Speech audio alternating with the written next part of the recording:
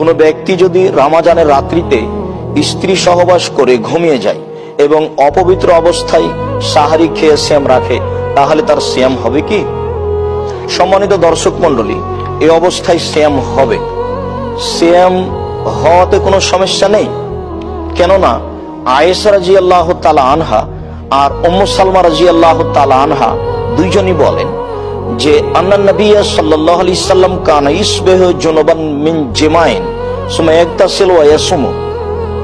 রাসূল সাল্লাল্লাহু আলাইহি সাল্লাম রমজান মাসে স্ত্রী মিলনের কারণে সকাল করতেন, তারপর তিনি গোসল করতেন এবং সিয়াম পালন করতেন। হাদিস বুখারী মুসলিম।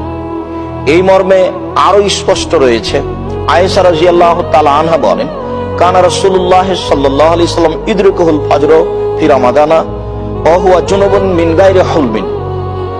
রাসূল সাল্লাল্লাহু আলাইহি সাল্লাম রমজান মাসে অপবিত্র অবস্থায় সকাল করে দিতেন।